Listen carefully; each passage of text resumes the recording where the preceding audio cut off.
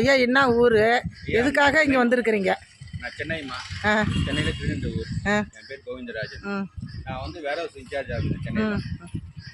ஆவடியில் ஒரு முதியோர் இருக்குது. நான் அங்கே போகும்போது இவங்க பழக்கம் ஏற்படுது பக்கத்தில் இருக்கிறதுனால. அப்போ இது மாதிரி நான் அன்னதானம் பண்ண போகிறேன் ஜவாது மல்லன்னு சொன்னாங்க.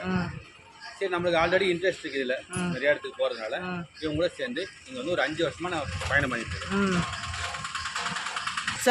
சென்னையில் முதியோர் இல்லத்தில் இருந்ததுக்கும் அம்மா கூட வந்து நீங்கள் அன்னதானம் பண்ணுறதுக்கும் என்ன ஐயா உங்களுக்கு சந்தோஷம்? அது வந்து வேலைக்கு போயிட்டே இதை பண்ணுவேன். இங்கே வந்து முழுமையாக இதுக்கே வந்ததுனால சந்தோஷமாக தான் இருக்குது. இயற்கையான இடம், சென்னைனா பொல்யூஷன் எல்லாமே இருக்குது. இது நல்லா சந்தோஷமாக இருக்குது. இல்லை உடம்புலேருந்து மனசும் சந்தோஷம். ஐயா உங்களுக்கு குடும்பம்லாம் இருக்குதுங்களா ஐயா? இல்லையா, எனக்கு அம்மா அப்பா எல்லாம் நான் விட்டு ஒரு 15 வருஷம் ஆச்சு வந்து. ஏன் ஐயா விட்டுட்டீங்க? அது சில பிரச்சனைகள். அதனால் நான் வந்து அப்படியே போயிருந்தேன். அப்புறம் வேலைக்கு போயிருந்தேன் கரெக்டாக. அப்புறம் இவங்களை சந்திக்கும் போது தான் இதுக்கு வரும்போது தான் தோணும். இந்த ஆசிரமத்தில் இருக்கிறது உங்களுடைய மனநிலைமை எப்படி ஐயா இருக்குது? நல்லா இருக்குதும்மா, கரெக்டாக நடக்குது, நல்லா அன்னதானம் போகுது. நாங்கள் வருஷத்தில் 2 நாள் லீவ் விட்டா அது பெரிய விஷயம். அது பாட்டுக்கு நாங்கள் இருந்தாலும் இல்லைனாலும் அன்னதானம் போயிட்டு தான் இருக்குது. அது எந்த பிரச்சனை இல்லை. தம்பி ஒருத்தர் இப்போ ஆட்டில் வந்தார், அவர் தான் ஃபுல்லாக பார்க்குறாரு.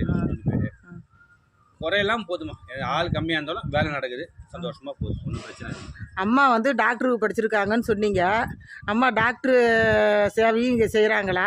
அன்னதானம் மட்டும் பண்ணுறாங்களா? பண்ணுறாங்க, அதுவும் பண்ணுறாங்க. முடிஞ்ச அளவுக்கு மெடிக்கல் கேம்ப்லாம் நாங்கள் நடத்துகிறோம். அது தவிர எதனா சின்ன இதுன்னா அவங்களே பார்த்துடுறாங்க. இல்லை ஹாஸ்பிட்டலுக்கு கூட்டின்னு போகிறாங்க.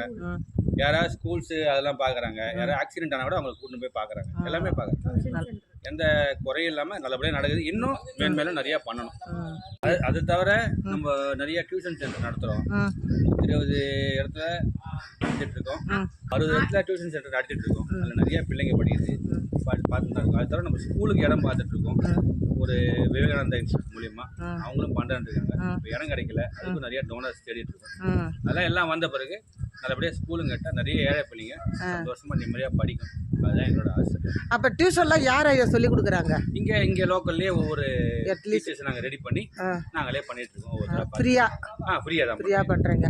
பிள்ளைங்க படிக்கணும் இந்த கிராமத்துலன்னு அவங்க அம்மா அந்த அக்கறையோடு செய்கிறாங்க. இன்னும் நல்லா படிக்கணும், எல்லா பிள்ளைங்களும் படிப்பறிவோடு இருக்கணும். அதுதான் எங்களோட முழு ஆசை. சாப்பாடும் எல்லா கிராமத்துக்கும் போனோம். 460 கிராமமும் சாப்பாடும் போனோம். எல்லா பிள்ளைங்களும் படிக்கணும், அவங்களுக்கு அடிப்படை தேவைகள் எல்லாமே செய்யணும். அதான் ஆசை. நல்லது நடக்கும், நல்லபடியாக நடக்கும்ன்ற ஒரு வேண்டும். சிவாய் நம்ம. சரி,